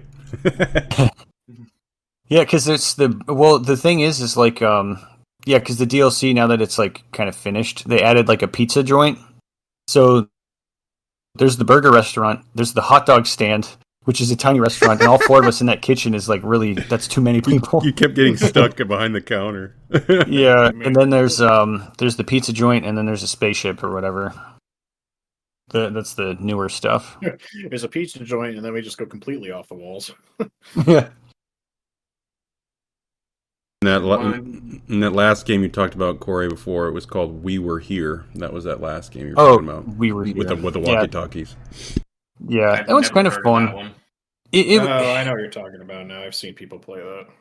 Yeah, I mean, I like the concept because I like escape rooms, and so like that. I think that's what, like you were saying before, is like, now we're off, now we're like far away from like what Mario Party was, because Mario Party is just like a board game experience, and these are like multiplayer objective based games that are just kind of, and it's not even like asymmetry where you're like, like Dead by Daylight, it's like one guy's trying to kill us all and all of us suck. Like all of us are playing Backrooms, and was it the Bad Bitches Squad? And, Yeah. and that was really funny because it's just all of us getting scared and like someone murdered around a corner, and you're like, oh god, and we're just running and helping each other, and like the graphics alone is kind of what makes it even funnier. There was no helping. Yeah, no helping. It Just was screaming. I mean, I would prefer the Enter the Backrooms way more than Phasmophobia. Like it's on like a fun level. Like Phasmophobia is like fun for 20 minutes for me, and it's just like my opinion of the game. I don't really think the game's inherently bad. It's just I don't know, do. I hate that game. I just don't like. I don't see the appeal when I play it. It's funny, and then it's like, okay, what are we gonna do next? I can give it like 20 minutes of my time, but it's like more of the same every single time. But we're never playing it serious though either, so it doesn't really help in that experience, because usually it's like, hey, what's down in the basement? And then someone goes and then we just shut the door on them and start laughing. It's like, let me explain to you the appeal, right? Because I played a decent bit of Phasmophobia with my friends, and it's like, it's literally just it's like any party game. Like I said, this is hard to explain. It's like, you understand what the premise is and what's going to happen going into it. Now put that in your friend group and how everyone else is going to react to it. And while I am a bit more desensitized to horror on a whole, I'm still probably a big baby when it comes to most stuff. So they're like, hey, yeah, Udon, come play fucking Phasmophobia. And it's just like, nope, I'm not doing it. And he's like, no, it's like, I'm not going to the haunted house. Fuck that. I'm the guy in the horror movie. He's like, let's go in the abandoned cabin. I'm like, no, fuck you. I'm not going anywhere in fucking abandoned cabin. I'm going to fucking Arby's. I'm out of here. Fuck this place. 5-minute Yeah, film. Yeah. So they get me to play it, and it's just like, all right, I'm the guy in the chair, and they're like, what do you mean? I'm like, I'm staying. What I mean is that you're going in the house, and I'm staying in the van. It's like, I'll watch the cameras and let you know what's happening. I'll watch the cameras and let you know when you're about to die. And it's funny watching them, because I'm sitting in the van for a lot of the time, and I'll look over occasionally and be like, all right, you're at a terror level 9. Be careful. He's after you. It's like, oh, Tim. Up, he's dead. It's like, all right, well, there's still 2 of you left. It's like, all right, they're going. It's like, all right, they got you got footprints in the salt. All right, we got that. It's like, you got voices on the thing. Oh, wait, you're on a higher level again. It's like, oh, they're dead. And it's like, oh, there's still 1 of you left. Oh, they're dead too. And I'm like, well, that's a wrap, boys. I'm gonna write this down as a poltergeist, and I'm getting the fuck out of here. See you later. What kind of ghost do you think it was? A scary one. Yeah, and then murders. one with a KD of 3-1. Yeah, that ghost is currently up. We need to get the hell out of here. But then it's funny because eventually, like, you getting fucked there. I'm like, I'm not fucking going in there. And then eventually I'll relent and be like, all right, fine, I'll go in the fucking scary ass house. And then I'll just fucking throw everything to the wayward, and there'll be like a really scary dark room that we have to go get like a fucking. We have to like turn on the. You have to do a bunch of stuff to like test out different things to determine like what type of ghost it is. So like you spread salt across door frames to see if they make a footprint, see if there's like dirty water coming out of the sink, or if you get like one of those spectrograms, you're like, is anyone here? And then if something like responds, or you get the good old fashioned Ouija board out. Yeah, well then it's just like when you get a response, it's like, yep, there's someone here. It's like, totally not, I don't know what you're talking about. This is an abandoned auto recording. Yeah, and then it's just like, I'll be the one. I'll just be like, all right, I'm fucking terrified, but I'll go in the fucking dark room. It's like, hey, cunt, are you in here? And it's like, yes, and I'll just drop it and be like, fucking run out. Fuck this shit. I'm out of here. Well, you said yes. I remember the part when we did that, and then Corey went to his thug style when we went upstairs in Phasmophobia, and he tried to fight it. He's like, back up, dude. Like, trying to swing on a ghost, and it killed him with an axe. But he was like, back up, dude. I couldn't get, like, I was in a room and I got cornered by the ghost who just walked straight through the doorway, and I was like, oh god, I'm gonna get fucking stuck. They could do that? Yeah. Back it up, Terry.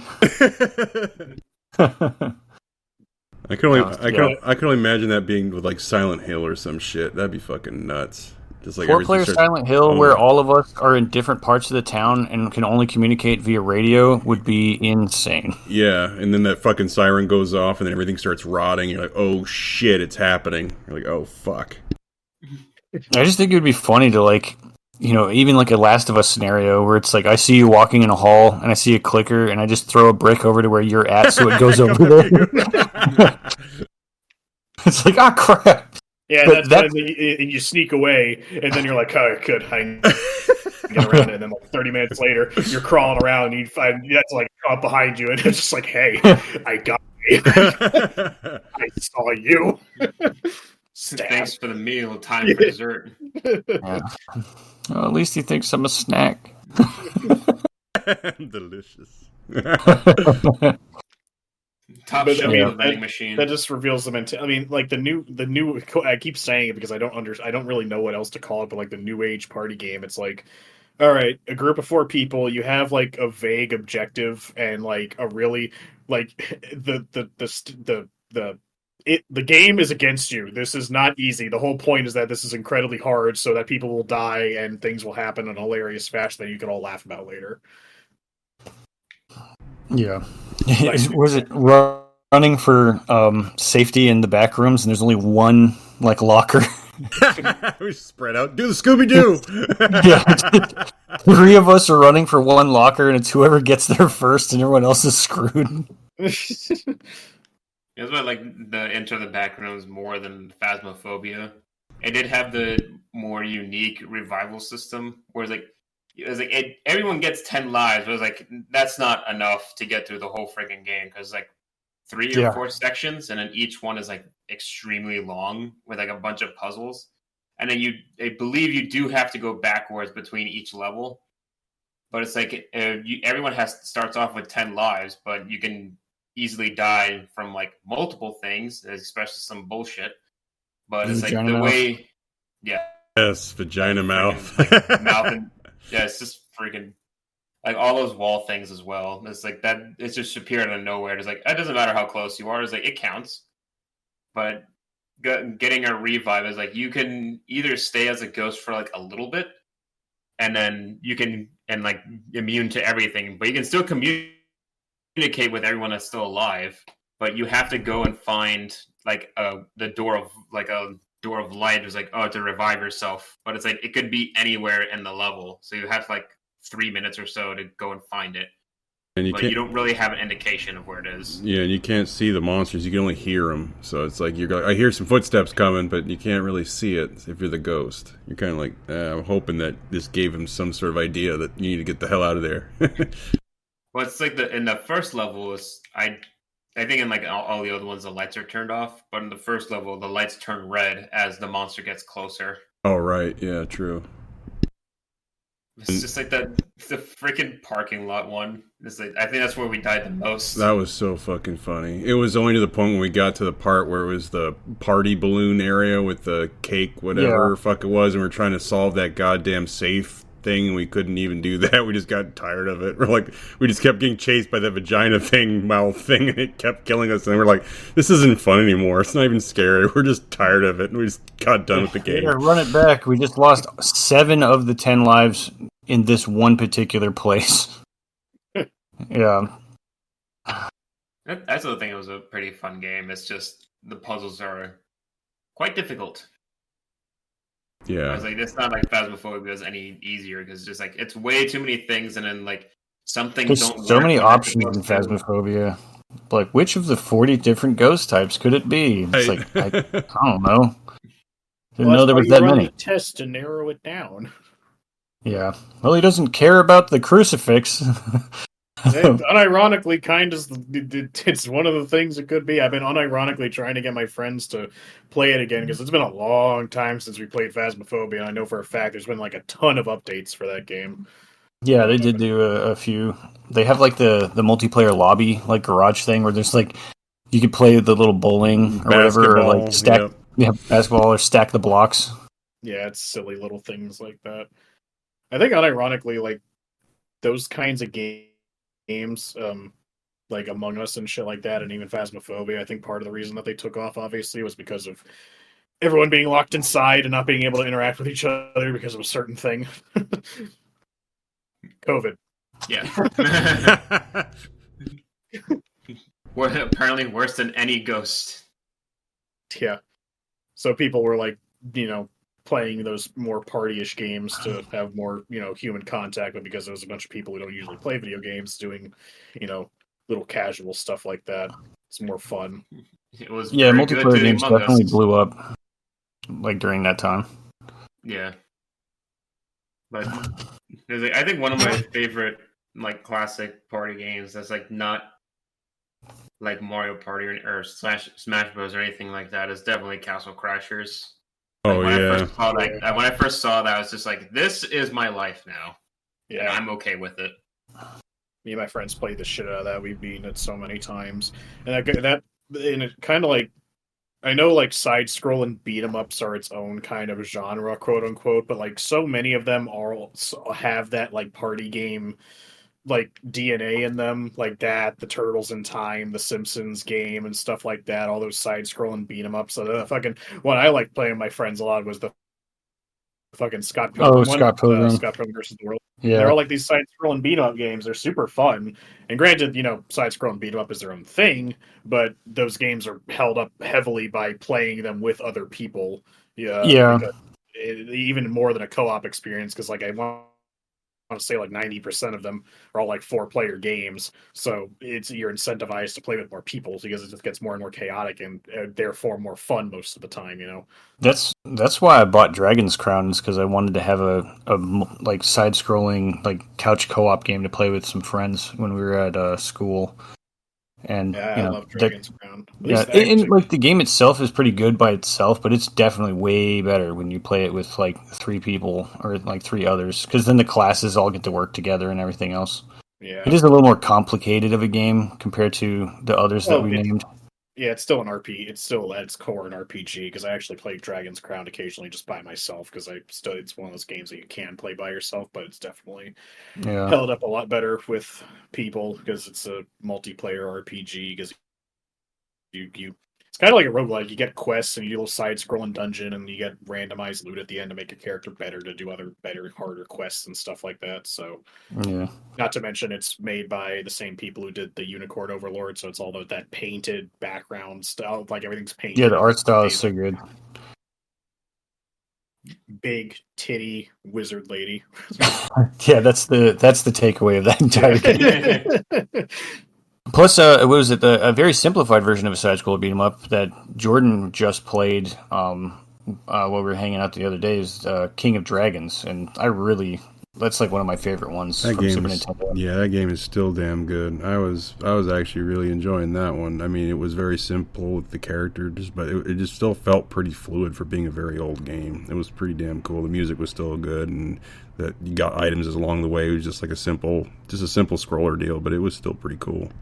I don't know if it was ever like an arcade game because I don't remember ever seeing it in an arcade, but like it had that arcade feel, which was really kind of cool. And like me and Jordan played it a lot when we were kids. Like, it had like the fantasy, magic, whatever, but it's also pretty straightforward. So you can just pick it up and play, and it's not that long of a game too, and you can just run it back like 100 times, and it's just as fun each time.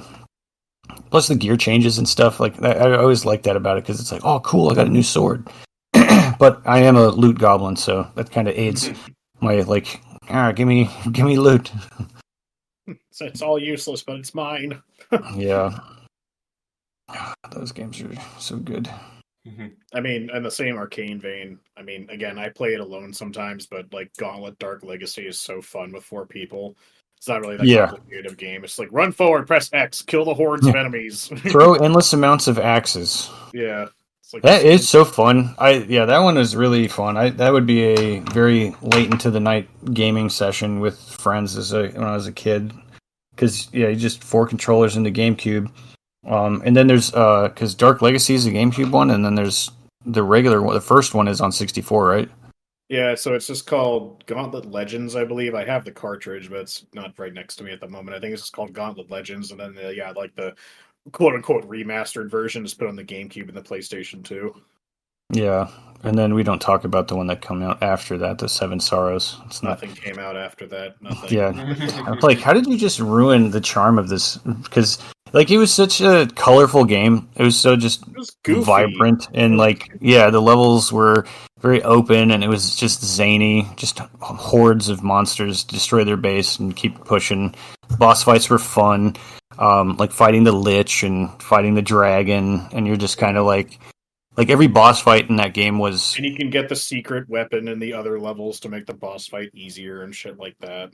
Like, it's really cool how they did all that. Like, I liked how, because you get a weakness or something for it. Like when you're fighting the Chimera or whatever, the lion, snake, goat thing. You get the axe, and it automatically cuts off one of the heads for you. And and then there's the genie. Yeah, the genie. Yep. That game was so cool. It's also a pretty big game. Like it's very expansive because I think every area is like 5 levels in a boss or something like that, and then there's like 10 areas or some shit. Yeah, there's a lot to that game. It's like a mini collectathon, but it's also an RPG because it your character levels up, and part of the fun about the N64 version was that you had the little memory card you could put in the back of the controller, and so it saves your character on that. And so if you bring it over to your friend's house, you just carry it with you, and your character's still on that with all its levels and stuff, and you can choose what stat to level up and stuff like that, and then buy food and keys with the money you got during the mission. Like that, like finding treasures, you need the keys. Yeah, that was. I like how if you get max level, it just makes your character double the size. Yeah, you're just big. Well, like leveling up meant stuff too, because like you started off like your character changed as they leveled up. I think it was like every 5 or 10 levels they would get like. You'd start new off armor. really bare bones. Yeah, you get like new armor. Your weapon would change. You get like a little familiar that follows you around that shoots little energy blasts with your regular attacks. Like it's a bona fide RPG. It's just like it was just really unique. I've never seen. That's why I liked it so much. Yeah, the loot. The loot. I got stuff. Yeah. Better days. Is there like any recent ones? I know it's like I don't know why, but like a bunch of people made fun of the fact it's like 1-2 switch. Does anyone know about that? I think I know you can milk a cow and it looks very suggestive when you're doing it. Yeah, there's a mini game. Well, I played what is it, Nintendo Land on the Wii U? Oh yeah, Nintendo Land. That was Nintendo Land was pretty fun. Weird concept. It's like, what if we did what essentially is bootleg games of our own products? Yeah, but better. Yeah, that one was kind of fun. I got the new like Wii Sports game or whatever, the Switch Sports. There's like the fencing and all that jazz and the bowling. Yeah, But Wii Sports. I feel like the bowling isn't as fun, but like I like just or the Wii Sports like classic is that game was fun as hell. I was like, I just find it super funny that it's just like, oh, we're gonna release the Wii Sports back, and it's just like without golf. It was like I'm pretty sure that's the one that everyone wanted. It's just like we heard your feedback. Golf is just gonna be a future update. I was like, why? That's what everyone wanted. When I hear people talk about sports, all I hear is bowling and boxing. I don't really hear anyone talk about the golf. I mean, I like the golf too, but I don't feel like I don't know. I've never heard anyone talk about the golf. It's always been bowling and boxing. I would come home and my dad would be playing the golf one in like my room. I heard it was like bowling and the golf one. But it's like tennis is all right. The boxing one is like it's cool, but it's like it'll get tiresome pretty quickly. Yeah, PlayStation had a party game that used their Move controllers, but most of them were like I didn't really care, except for they had a frisbee golf mini game that was really cool, and the physics of it were really nice. But naturally, PlayStation's trying to copy something that Nintendo did, and then they screw it up somehow. PlayStation All-Star. Yeah, you guys like Smash Brothers? Watch this, and they're like, yes, because watch this, and they do a backflip and break their neck. Because they wanted to play a game with Sweet Tooth as the character. The only thing that I thought was cool was you could play as a Big Daddy. That was cool. Yeah. I was like, PlayStation did it. They're like, oh, Cartoon Network, we can do it better. I was like, no, you can't. And then Nintendo, no, not Nintendo. It was like Nickelodeon. It's just like we can do it. No, we failed, but we're still going to continue it for some reason. We're going to do another one. Like, stop. Okay, unironically, the new Nicktoons like Smash Brothers clone is kind of cool. I like it. It's weird. It's like there's like almost every character in SpongeBob is in that game.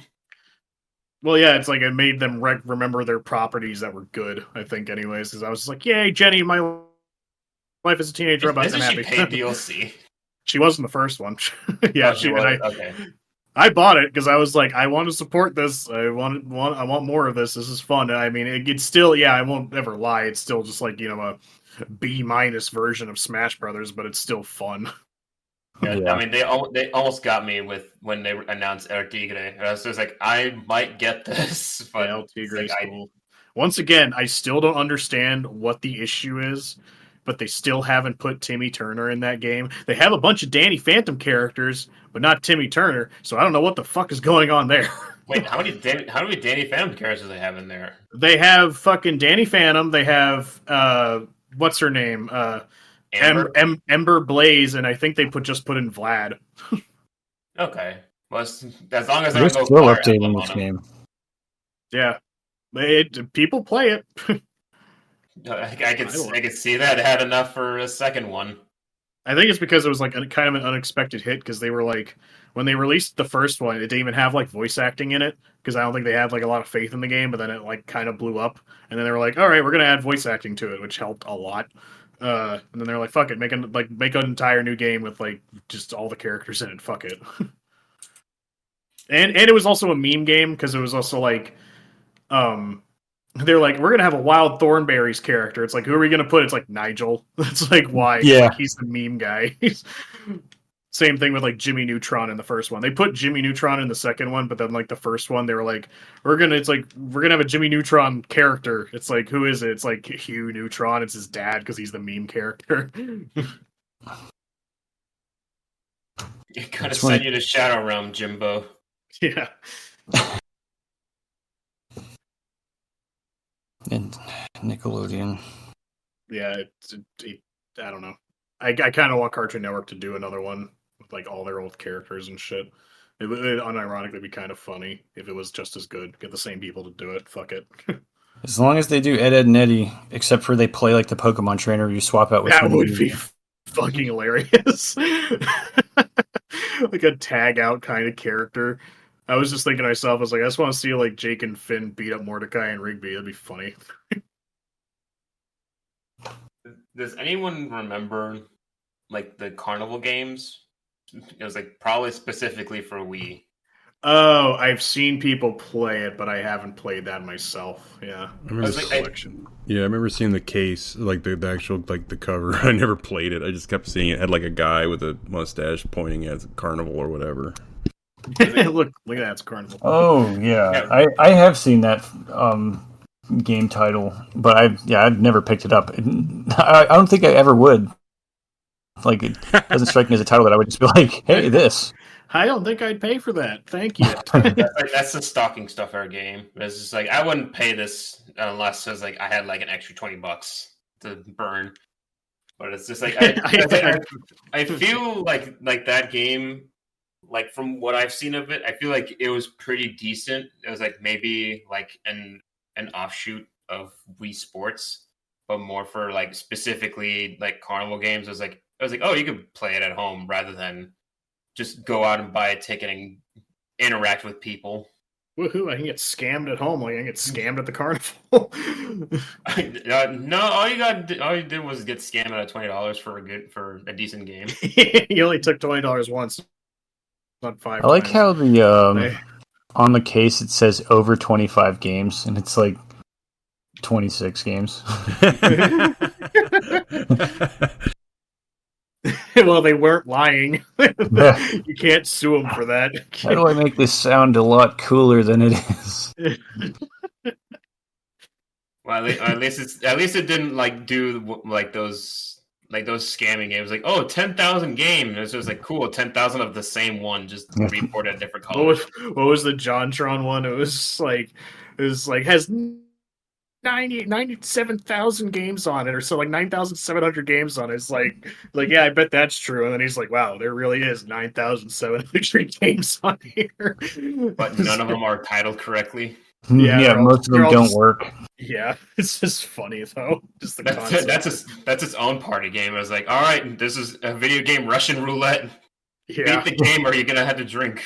They probably just put that many games on there because they're like, all right, they'll get search fatigue and they'll just stop trying to play the game. It's like when you're trying to figure out what game you want to play at home and then you end up just sitting there instead. Or like watching, like, what am I going to watch on Netflix? And you're just scrolling and scrolling and scrolling and then you just stop. They're like, yeah, good thing they didn't click on anything because we didn't actually put any games on here. We just thought that they would navigate through menus and that's the game. That is the game. I mean, I did see one where it's just like the lower you're going down the list, the more fucked up the menu gets. You can actually see the code. It's breaking down. Fucking like you have these lower tier party games that are just mini games like that Carnival one, or you have like fucking Chuck E. Cheese party games. It's like, who paid for this? Why was this made? Why?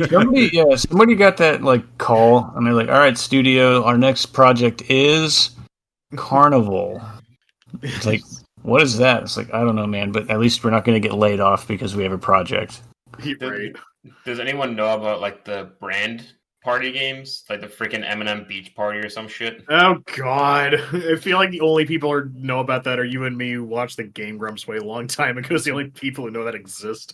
I was like, it's a burden that someone has to carry, the memory of those shitty brand games.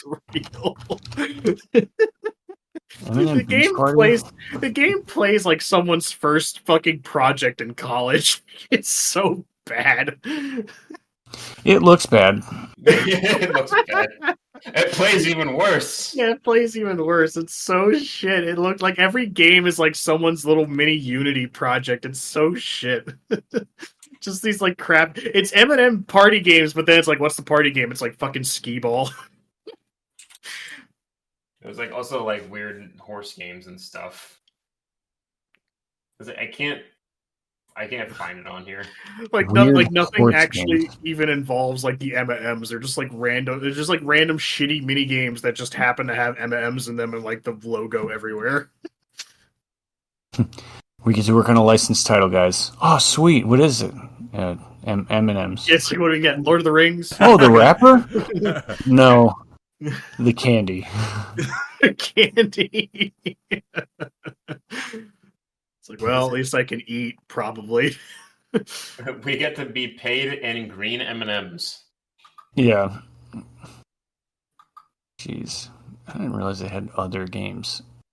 This others? What do you mean by that? I don't like how you say that. M&M's break 'em, M&M's shell shocked, M&M's the lost Turtle formulas. What the fuck? Yeah, there's a library of Game Boy Advance and DS games of these M&M games. Good God.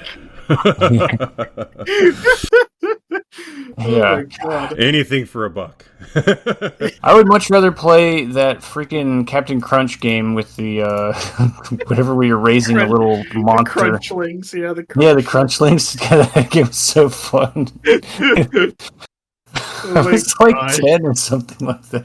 What fucking psychopath is over there at the fucking M&M office being like, "Sir, please stop paying for these games. Nobody's playing them."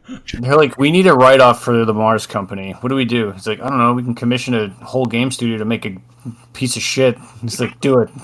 I said love just Dead like or that. I love Dead or Alive. It's I like, love Dead or Alive Extreme. I want M&Ms in it though. Yeah. You know that Dead or Alive Extreme Beach volleyball game? He's like, yeah, that's nice. Yeah, what if we did that without any of the part that makes it nice? We'll do it with M&M's and bikinis. Yeah, replace all the characters with M&Ms. No, just strip off just strip off the shell. Just only have the chocolate inside. oh God. Yeah, it's like, oh God, you're peeling off my skin. They're like, dude, make sure you tell the game studio this has to be shit. It has to be shit so it can be a tax write-off. You only get to do things one time. You don't get to go back and fix any bugs. As soon as you say it's done, cut, print, ship it. We're done. Yeah, hey, wait, I forgot to put the credits in. It's like no one's ever going to see them. Who's the fucking guy sitting at home be like, man, I can't wait for the next M&M game to come out. I'm very invested in the M&M lore. Yeah, I need to buy a new private jet. Yeah, it's like he's got like the platinum records, like framed M&M games on his walls. He's like, yes, these have been in trash bins and that buy 5 games for $5 at Walmart. I'm making so much money. It gets memed, so it's like, oh no, it's doing too well, and now it can't be a tax write-off. Yeah, crap, it's popular. Shit. Oh, that's so fucking funny. I'm glad to know there's an M&M verse of video games. Yeah. Live in fear for the rest of my days. It was like, if you're afraid of M&Ms, just look at how many Monopoly games there are. There's no limit. At least that's to a game. Yeah. M&M's just a candy. Not everyone can make Sky, the Skittles RPG game that's on GameCube. What the Oh, that's right. You were talking about that. It fucking blew my mind. I didn't know that until I watched a video that told me that, and I was like, this is kind of strange. You're getting these magical round color things, and they have an S on them. There's no way that could be a Skittle. And then it's like, oh my god, this whole game is just a giant Skittles advertisement. You get done playing it, and you don't even realize it, and you're like, man, I really want some Skittles right now. I don't know why. Yeah. The amount of Skittles I've consumed since playing this game has skyrocketed. I don't understand the correlation. Skittles stocks have increased 200%. Yeah, maybe we shouldn't play those M&M games because I really like peanut M&Ms and, and the crunchy ones. Yeah, you'll just be sitting there, man, this game's shit. All right, you want to go some candy? Yeah. I've eaten nothing but 10 pounds of pretzel M&Ms and I can't stop myself. It's the M&M Beach Party Extreme, now with peanuts. No, now with nuts. Just nuts. Now with nuts. Get those nuts in your mouth. God.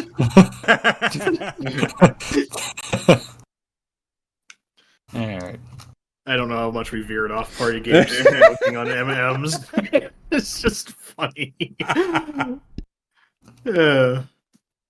Do we have... it's just like we're talking about good. We talk about good party games. We talk about old party games. We're like, all right, well, here's a crappy party games. Yeah, it's like the really shit shovelware game. I mean, that's kind of what like a lot of. I think I remember that's like a lot of like what shovelware on the Wii was just like a collection of like really shitty mini games for like whatever, insert whatever IP here. Yeah, $30 max. Yeah. You're just like, man, how did this game just came out? How is it $15? And they're like, oh, it's premium shit. It's premium shit. Like, these are games that you can't even pre-order. Yeah, Like, right. It's like, for some reason, GameStop is just getting like 5 copies of this game. They're not advertising it for pre-order sales or anything. There's no way in hell they have a collector's edition. It's just like, fine, we'll put it on the shelf. Could you imagine, though, like the next Monopoly game, it's like fucking order Monopoly Legendary Edition. You get your own top hat made out of solid gold. Yeah, you get a miniature statue of Monopoly and a complete version of the IRL game. You're like, you just get Monopoly. pre-order now and we'll just give you fucking Monopoly. Like, No, no, hang on, but it is a Monopoly, so only very few people can get like the Legendary Edition, complete with life-size models of all the pieces. you have to only buy it from their website, and I hate that. And then it's like, oh shit, it comes with the actual car from the car piece and a battle cruiser. $5,000. That'll be $8 billion, please. That'll be $8 billion. This is the Jeff Bezos package. This is called the Jeff Bezos edition because he's the only one that can afford this. It would be kind of hilarious, though, to like pre-order Monopoly and then they give you like life. It comes with a copy of Clue, and you're like, why? Hasbro, we own everything. Fuck off. Yeah. Which Monopoly version do you want? Where do you live? I'll make one real quick. I'll make one real quick. It just comes with stocks.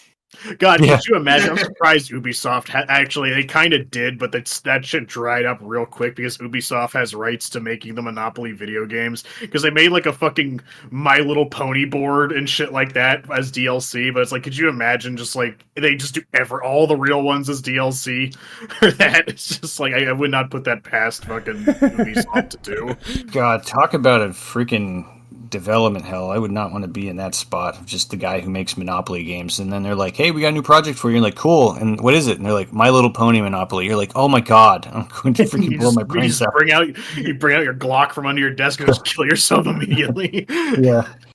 Well, I'm done. He's like, oh my god! And he brings out his pinky unicorn and just slams on the table. I've been waiting for this moment. Yeah, I'm so happy. Puts his like unicorn onesie on. Jeffrey across the room that no one talks to is the only one who's excited about this. My 2 favorite things have come together finally. I've been praying for this. Yeah, you go on Steam and then you go on Steam, you see the same thing you see with The Sims. It's just like Monopoly, and then you just see like thousands of like branded Monopoly DLC. It's like, oh, $5 each. I never really, honestly, like the only like alternative Monopoly I've ever owned was like the original like 90s Pokemon board for Monopoly. I still have it. Oh yeah, I remember that. That was cool. Is that the actual Pokemon Monopoly, or is it the actual Pokemon like game? No, not Pokemon Masters. Oh, okay. Because that one was fun. I remember playing that. That one's amazing. No, it's Monopoly but branded Pokemon, but the original one, and back when they actually tried, because everything was changed instead of like just the board. Yeah. Yeah, they have like there's fucking Monopoly anything. Like I see like it's like Monopoly, My Hero Academia. It's like, yeah, instead of properties, I just buy people. It's weird at all. It's weird because there's like a Lakeland, Florida Monopoly. Yeah. I don't, because I think all they do is like, all right, just reprint the board with a couple things changed. And what's the most expensive thing out here? I don't know, the Walmart. I'm like, all right, that's Boardwalk. Blue on blue. Yeah. What's Boardwalk? Yeah, Boardwalk and Parkway. It's just Walmart and Wawa. And it's just like, okay. Yeah. Oh, crap. I stepped on Dollar General. Oh, ew. That's the brown spot. That's sort of the beginning. The Baltic and whatever. Bitten by an alligator. Go back 3 spaces. Yeah, go straight to the meth lab. Like, oh my god, it's fucking funny. Made a Florida turn, Florida style U-turn. It's like go straight to jail. Ignore all traffic signals and go straight to go and collect $200. You're on I-10. Go back to start. Yeah. Stuck in traffic. Construction yard. Go back 5 spaces. Florida man walks by you. You owe him $50. Yeah. Convenience tax. That unironically be kind of funny. It's like Monopoly, Florida Man edition. Every fucking event, like Chance card, is based off of a real Florida Man headline. I want to design a game of life, but it's like all this bad stuff. Life depressing edition. Yeah, like if you land on a space that has another player on it, like you guys get in a car accident and like you have to roll to see if you lost your car and have to buy a new one. The title of the game is called Life is Shit. Yeah, life sucks. You're like, damn, I got in a car accident with the player 2 and like 2 of his kids died. Pessimist edition. God. Yeah, it's like, oh, my depression meter's going up. If it gets any higher, my character's going to kill himself and I'm going to automatically lose the game. The game of life complete with Glock. Yeah. Why is this board game heavy? Oh, it comes with a real gun. It comes with a real gun. and 3 bullets. Just 3. Yeah, the board's a little heavy. Oh, there's a Glock in there. Okay. Don't worry, every board game ends the same way the movie Mist does. Like, it's the cheapest Hasbro game called Russian Roulette. Yeah. Now I'm just picturing a kids commercial for Russian Roulette on like Cartoon Network Saturday morning. It's like, that's so fun! Zing! Off camera, and the kid with blood splatter on her face. Bam! I win! Oh my god! Are you guys playing again? Yeah. This is a dead kid on the ground. It's so morbid. It's just so funny. Oh my god, that's fucking hilarious. We're running out of neighborhood kids to play with this with.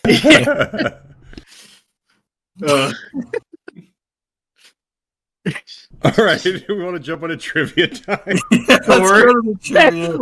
We went from a tangent. We're lost in the woods somewhere. I don't know where we are anymore. Party game. Okay.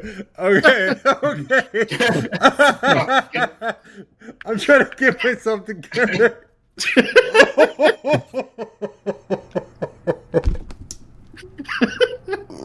I'm sorry. This is crazy. I was laughing hard. You're like dying. Okay. The first question. Okay. All right. Stop. Here we go. Deep breaths. Stop. Deep breaths. All right. The first question is: in Gears of War, what is the name of their home planet? Is it A? What? Okay. That's the question. Yeah, that's short. Oh, Just roll with it. All right. So, what's the name of Gears of War? What's the name of the planet in Gears of War? Is it Sarah, Earth, ISO, or Exodus? It's Sarah. Sure. I would play to 1. I wanted to say Earth. Why wouldn't it be Earth? Because it's not. It's I guess. Sarah. Okay, I'll go with Sarah. Okay, You sound confident. it's Sarah. All right, next one. Question 2. The SS Dolphin originates from what video game? Little Big Planet, Water Wars, Pikmin, or Wave Racers? Pikmin. Wave Racer? Say Pikmin. Yeah, it's Pikmin. Answer is Pikmin. Last final question. In Grand Theft Auto Vice City, what is the name of the main character? Is it Tommy Vercetti? Joey? Yes. Joey?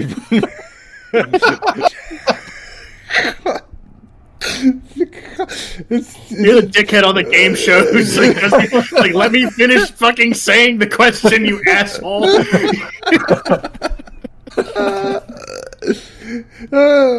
So it's Tommy Vercetti. Okay, Tommy Vercetti, Joey Vernizzi, Michael DeSanta, or Trevor Fabrizio. Wait, what's the second name again? It's Joey Vernizzi. Joey. Fuck. No. The guy that's pretending to be Italian.